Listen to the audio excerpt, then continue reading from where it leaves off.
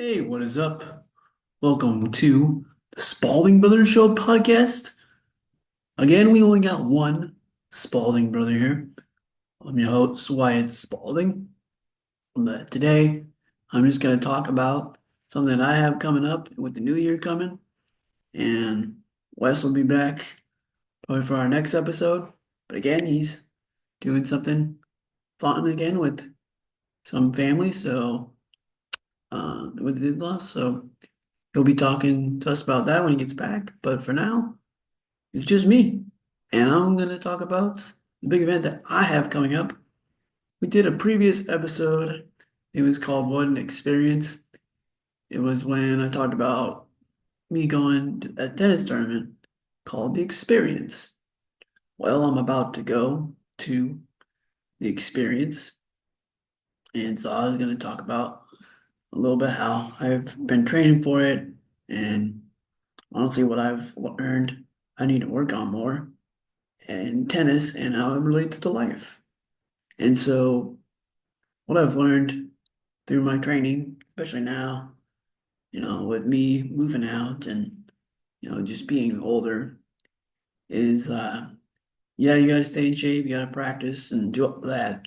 But if you can't practice, you got to work on your mental game, like a lot.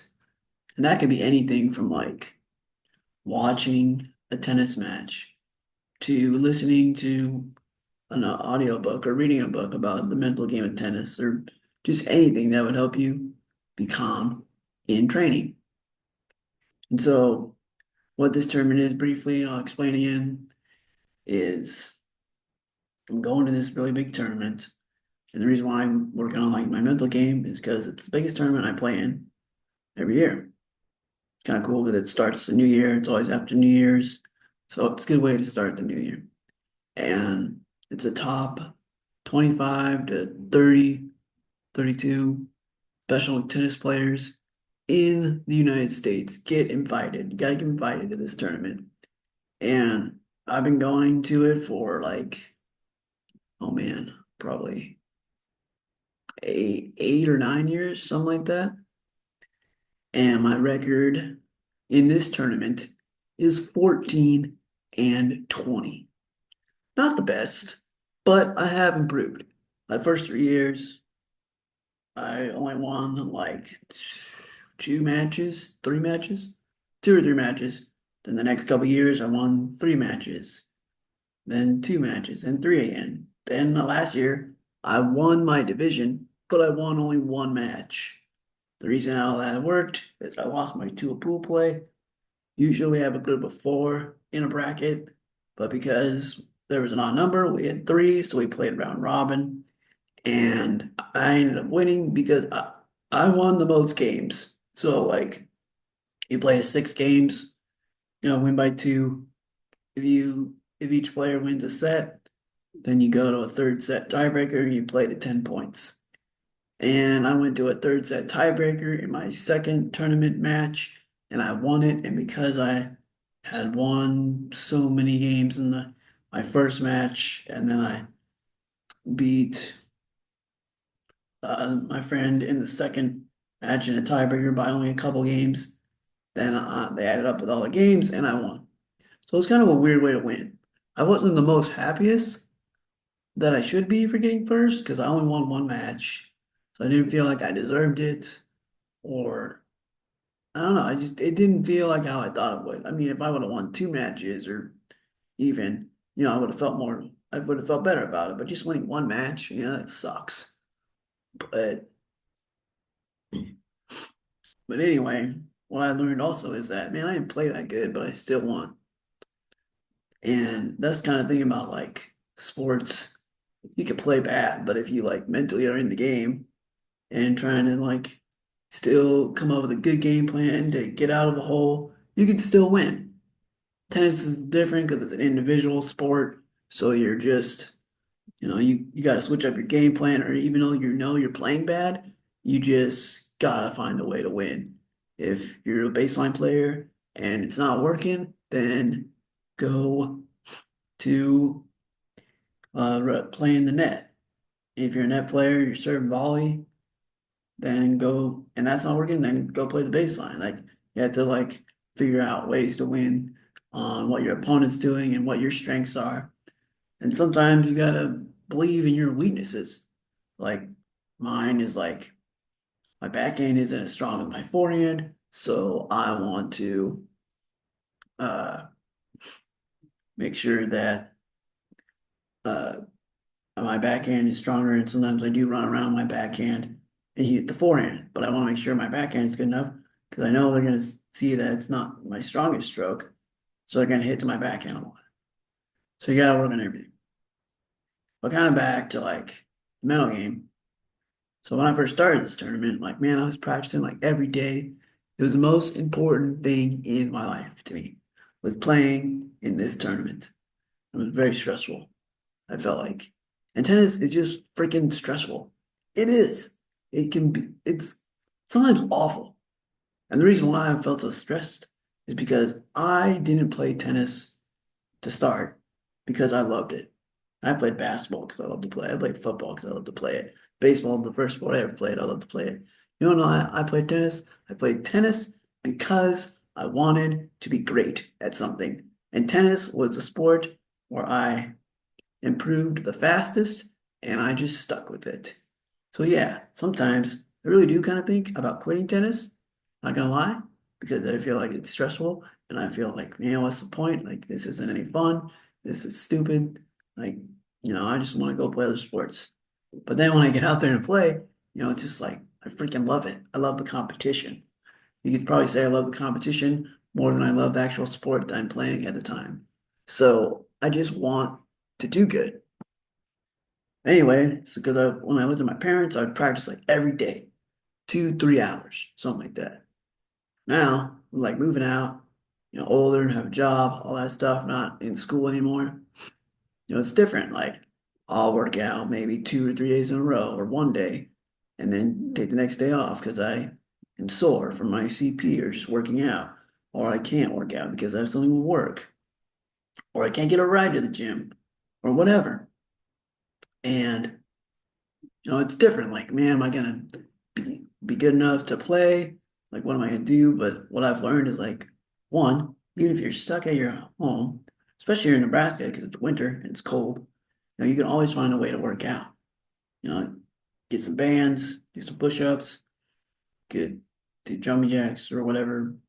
There's all kinds of workouts you can do, like with actually nothing. What I did is shadow boxing. Like I would shadow box and do like a 20, 30 minute workout with that. But anyway, so I would do that.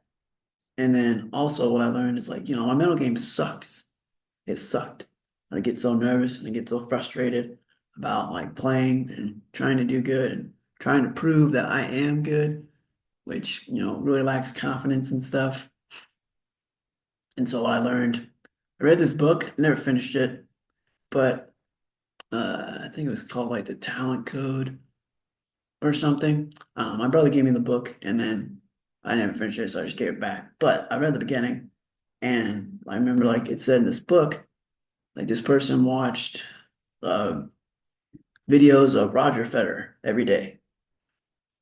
And then that helped them do good because they would just, you know, a picture in their mind that, it was them or that they could hit shots that Roger Federer could hit.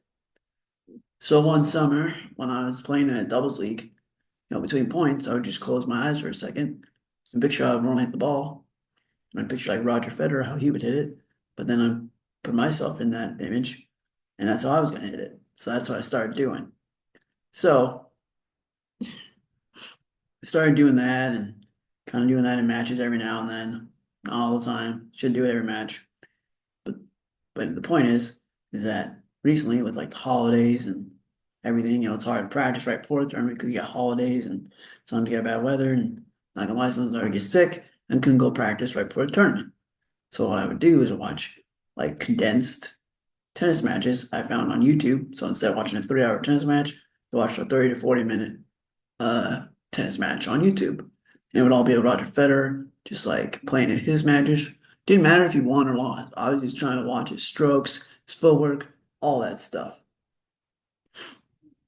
And this can really help you in tennis And because you can, envision yourself doing well because even the matches like Federer lost, you gotta think like, oh, well, Federer loses too. And he was like one of the best all time. Djokovic loses, Nadal loses, Alcaraz, Sinner, they all lose. So you gotta think like, yeah, they all lose. So it's all right. I'm not saying losing okay. Don't take a moral victory and losing is fine. Losing is not fine. But the point is that everyone loses. And what I've learned too is I watched the Netflix documentary Breakpoint over and over, and that's really helped me. And going to that losing thing, here's a quote from USA tennis player Taylor Fritz. It's tough to be happy in tennis because every single week everyone loses but one person. Think about that. Only one person is happy at the end of the tournament. In my case, it's like several because we play in different brackets. So there's like maybe three or four people. Yeah. Well, this year, yeah, it's your three. So three people. Well, be really happy because they got first and won their bracket. The rest of us will lose. Maybe I'll be the one that's happy because I won, got first, and maybe I won't be because I didn't win. But that's the thing about tennis is there's only one winner. It's not like basketball where there's like 12 winners because they're all on the same basketball team and their team won. Every year, there's only one championship, no matter what division you're in, league, high school, college, pro, rec leagues, Special Olympics, whatever. There's only one winner. So tennis is really hard because they're legit. There's only one actual physical person winner that wins the tournament. And that's tough. It's hard, it's frustrating, you're angry, you're upset, and you just want to be that one guy. A lot of the time, you're not. Like I said, my record at this tournament is 14 and 20. 20 losses. And I've only won my bracket once. One time. Came in second twice. Came in second once, third twice, and fourth like twice. So it's hard. Really hard. Oh wait, no, that's wrong. I came in second twice, third once, fourth twice, I think. At least that's what I remember. I don't know, second and third is kind of different. I can't remember exactly, but whatever. The point is, there's only one winner. I've been going for like 8 or 9, let's say 9 years, and only got one first place medal. That is so frustrating. It's driving me crazy. Well, at least it did. I mean, it still does. I want to win and I want to compete. But when I was like 21 to 25, that's this tournament was all I thought about. This is all I wanted was to win this tournament.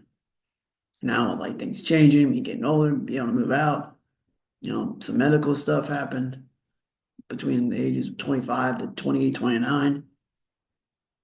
I don't know. I think of it differently. Like I want to win, obviously, and I'm gonna be upset if I win. I'm not taking no moral victories, which I'll get into that in a little bit here, but of like it's okay to lose, but I go in there like, yeah, I want to win, but if I don't win, I'm still gonna be back in the courts, back at the courts, when I get back, working on my game, putting in the work, going through the process. 'Cause that's probably what I love the most, is I love the process of working out my goals and working for my dreams.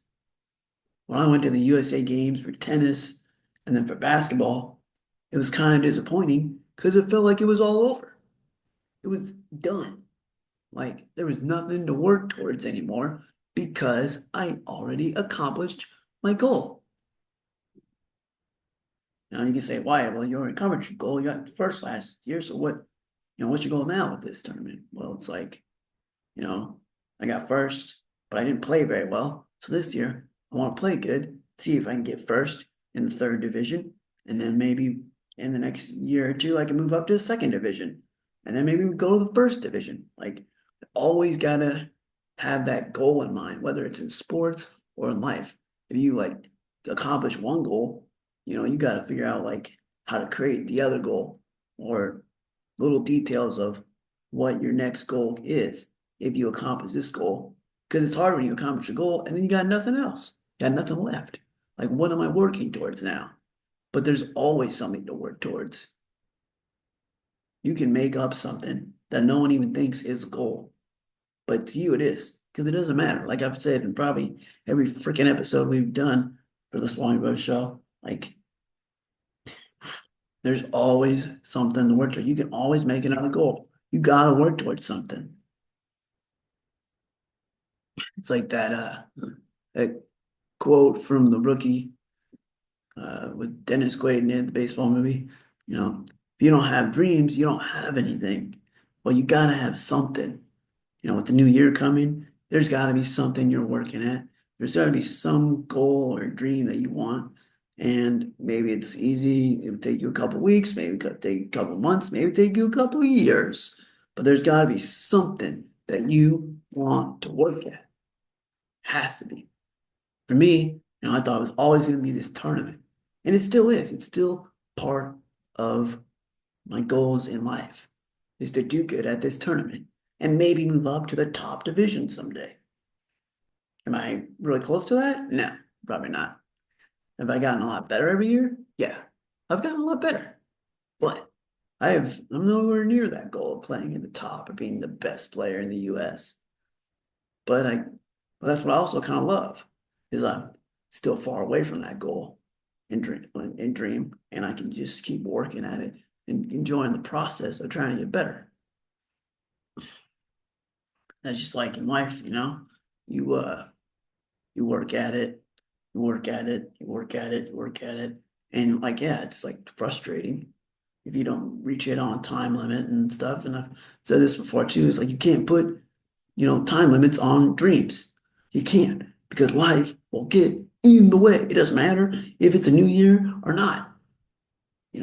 Life is always the same. It's hard, it's tough, it sucks, but it's also great. Great things can happen. Like, yeah, I only won one match last year, but I got first. I'm 14 and 20 in this tournament, but I've met a lot of great people through the tournament, made some long-lasting friendships. I've gotten to compete against some really great players. That's what I always wanted was compete against the best. Because like, how are you gonna know if you're the best at something in sports, in school, or your job if you don't go up against the best? If you don't go up against the best and you're always just dominating, how are you gonna know?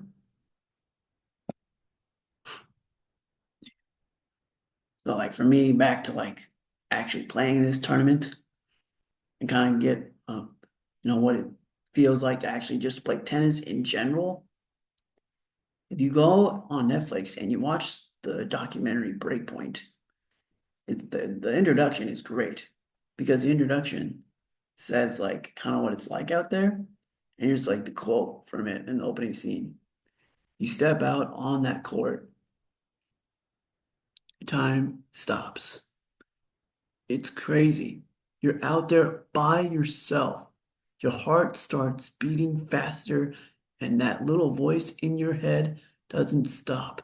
Suddenly, I feel the fear coming. The atmosphere is electric. That's exactly what it's like when you walk out onto that court.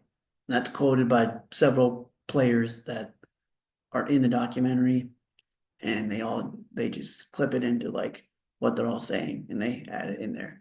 But it's great because that's exactly what it's like. You get out there and like, man, I'm out there. It's easy to say this now, but when I'm out there, it's different. Like the competitiveness kicks in, your adrenaline's pumping, your heart is just beating and beating and beating.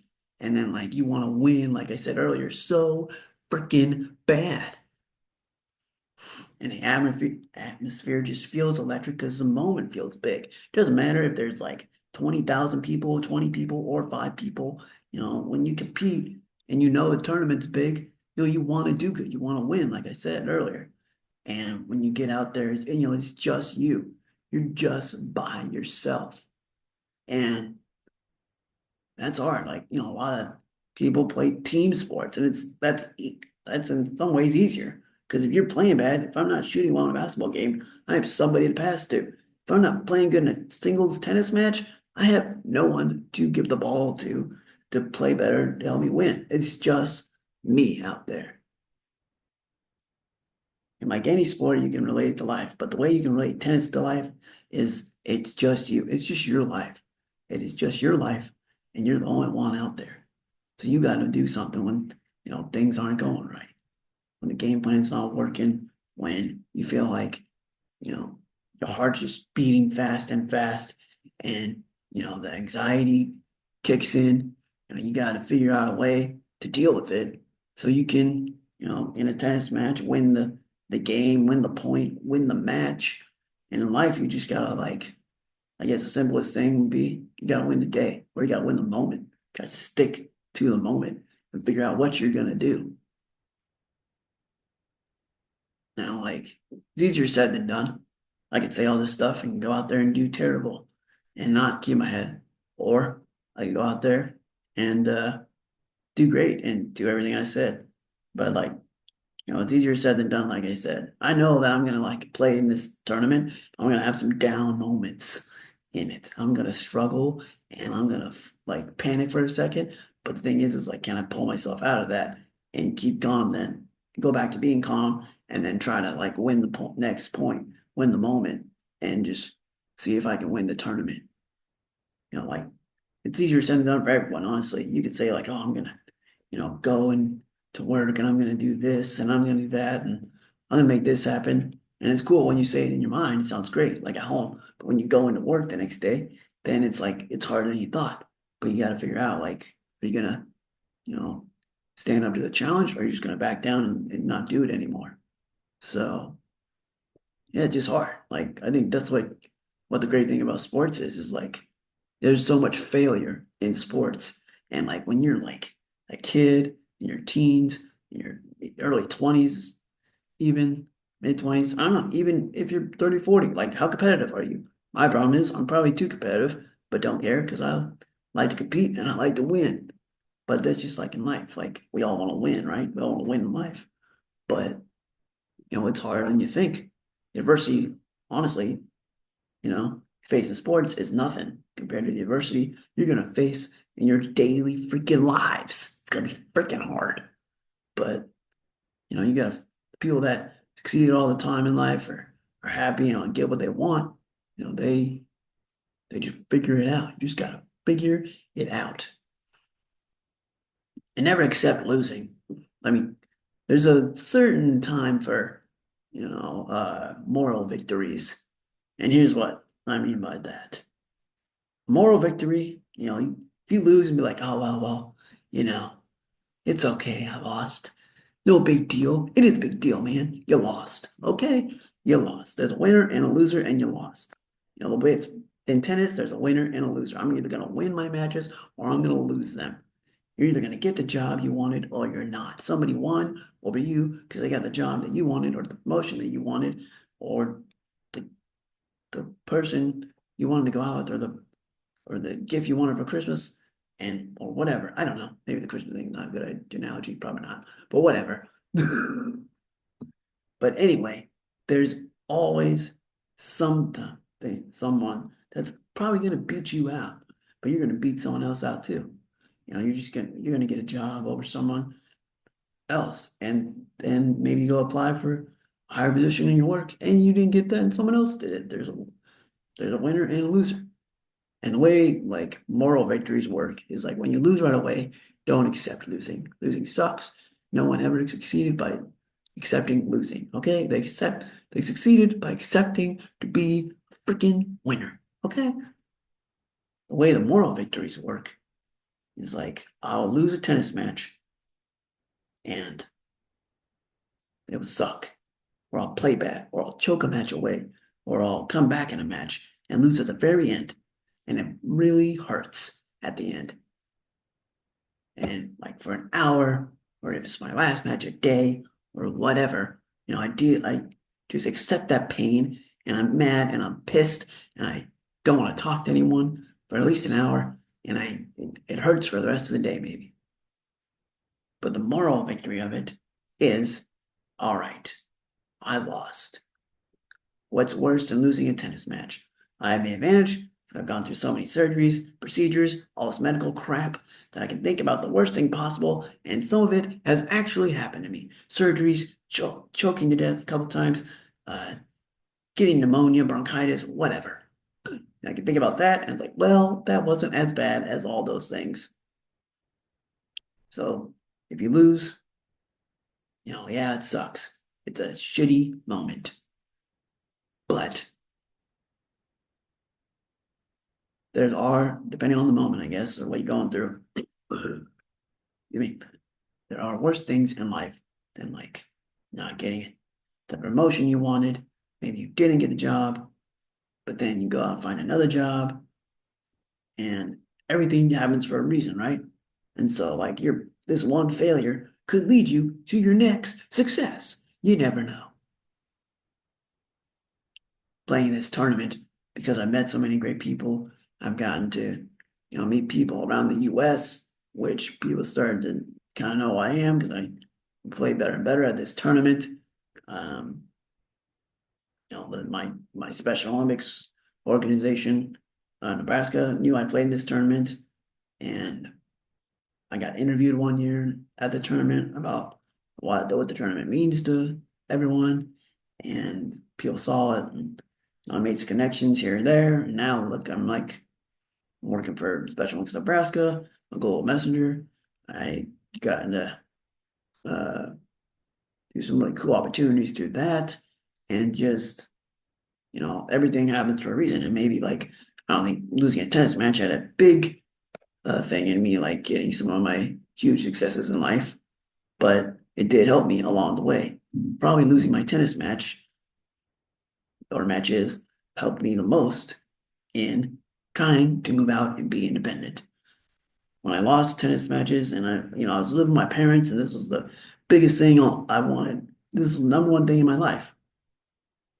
Well, I failed and I failed and I failed, I failed. But I kept working at it, kept the process up, kept going. When I moved out and got my own place, things were way freaking harder. They were way harder. And I just realized like, I kind of using the adversity I faced moving out to to help me stay calm in this tournament. Like, I'm losing a point here, I lose a match, like, well, it's not as bad as like, trying to figure out like how to live on my own or how to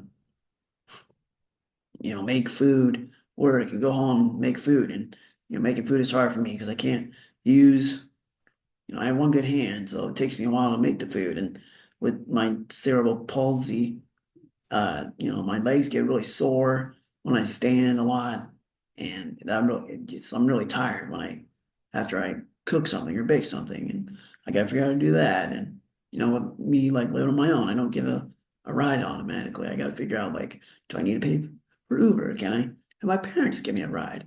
Or am I stuck at home and I have to work out at home? Like it's just all those things, and just the new thing of like moving out. So like there's worse things than losing a tennis match, but it helped me kind of see that once I moved out, like, oh, this is way harder. Living on my own is way freaking harder than, you know, losing a tennis match. Not gonna say it won't crush me. It will still crush me to lose. Like that's the other great thing about this tournament is that when you win, it's one of the biggest wins of the year for you, and when you lose, it's one of the biggest losses of the year. So you go from really big high one match to, let's say I win the first match and it feels great. Then I lose the second match and it feels crushing and defeating and it sucks. But you got a next match, move on. And so, like I said, easier said than done, but people that succeed in sports or in life or school or whatever you do, they move on and they just enjoy the process of it. And let's face it, part of the process in sports and life is just losing a lot, is failure a lot of the time for that one moment of success that you were working for years, months, weeks, days, however long. That's that one moment of success is worth it. Going through all that failure was sorry, all that failure was worth it for that one moment of success. So that's what I'm working towards in this tournament here, is that one moment of success. I just want that one moment, and that moment is I want to win the tournament. I want to win my bracket. I'm playing in Division 3. There's like 9 players in the bracket. I want to finish number one out of that 9. Is it guaranteed I'll finish number one out of that 9? No, it is not. But you never know unless I go play. And I'll do a follow-up episode with you guys. Hopefully Wes will be on for that one, and I'll tell you how I do. And I'll either have a bunch of successes, a bunch of failures, both, probably mostly both, and we'll see how it all comes out. But great way to start the new year is don't be afraid to fail and fail and fail until you reach that one success, because everything happens for a reason, right? At the end of the day, you just got to play your game, and that's what I'm going to do. Go out and play my game, and hopefully it works. And you got to play your game too, whether in life and in sports. Like, just play your game. And some days it's going to work, and some days it's not. But the question is, are you willing to get up the next day and play your game to get to where you want to be in life? So that's kind of what I had today. A little short episode there. And I'll be back on and tell you guys how I did in the tournament. And a happy New Year's to everyone. And I can't wait to start off the new year playing some tennis. Thanks for listening to the Spalding Brothers Show. We're on Instagram, Spalding Brothers Instagram account. You can watch our episodes on my YouTube channel, Life with Wyatt Spalding, and we're on Apple and Spotify for the audio. So thanks for listening to the Spalding Brothers Show. See ya.